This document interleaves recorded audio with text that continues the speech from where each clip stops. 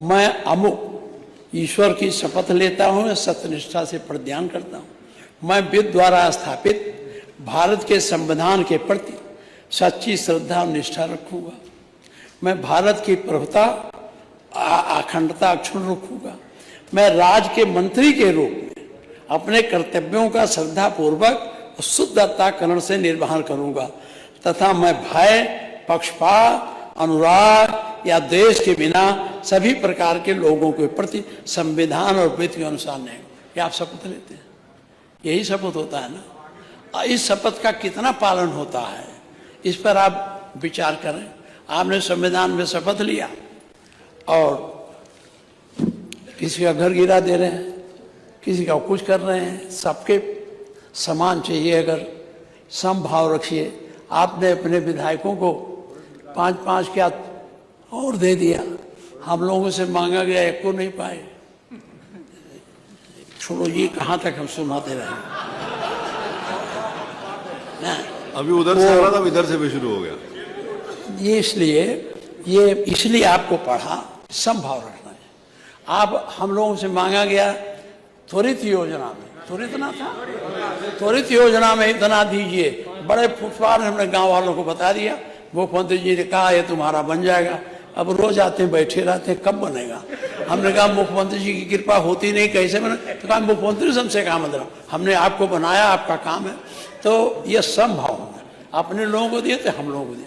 हमने लिख के दिया, एक नहीं पाया, बल्कि 2-4 लोग हमारे विपक्ष में पा भी गए, हमको नहीं मिला।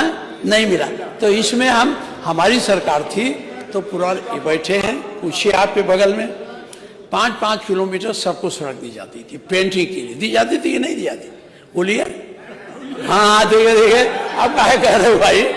यहीं बैठ के हल्ला करते थे और कहते हो वहाँ। ये बड़ा मुश्किल है इस पार्लियामेंट्री फॉर्म ऑफ गवर्नमेंट में। जब यहाँ आते हैं तो दूसरी बोली, वहाँ चले जाते हैं दूसरी बोली।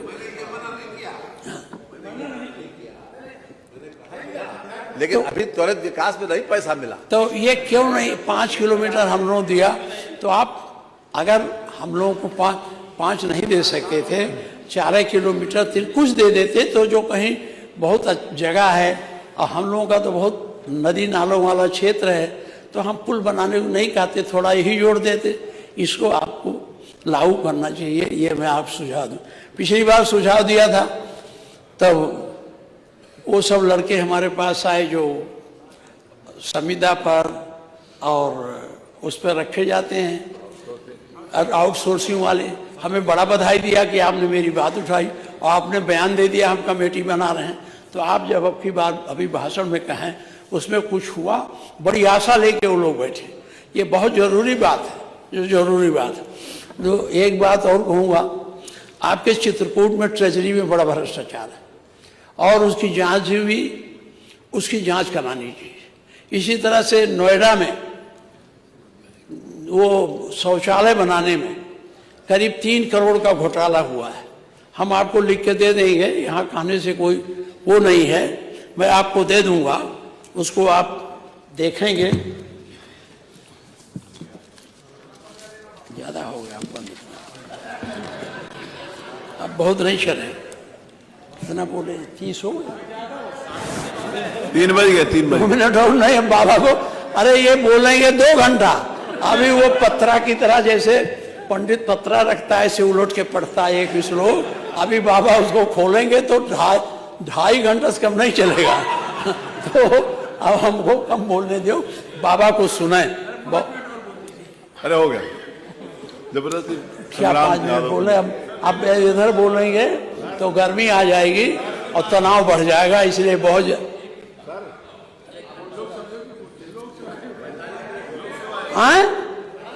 45 हो गया हमारा। अच्छा 5 मिनट बोल लें।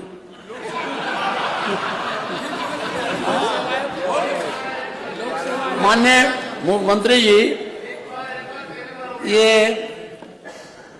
आप जो मुख्य बातें थी मैंने बताई दिया, लेकिन फिर मैं आप कहना चाहता हूँ, बजट की जब तक आप समीक्षा नहीं करेंगे और अपने कंसोलिडेटेड फंड की संभावनाओं पर विचार करके नहीं बजट बनाएंगे, तब तक इस बजट का कोई मूल मतलब नहीं। अब आप भेजेंगे रुपया, जाएगा 31 मार्च के शाम को, फिर आप वापस मंगा लेंगे।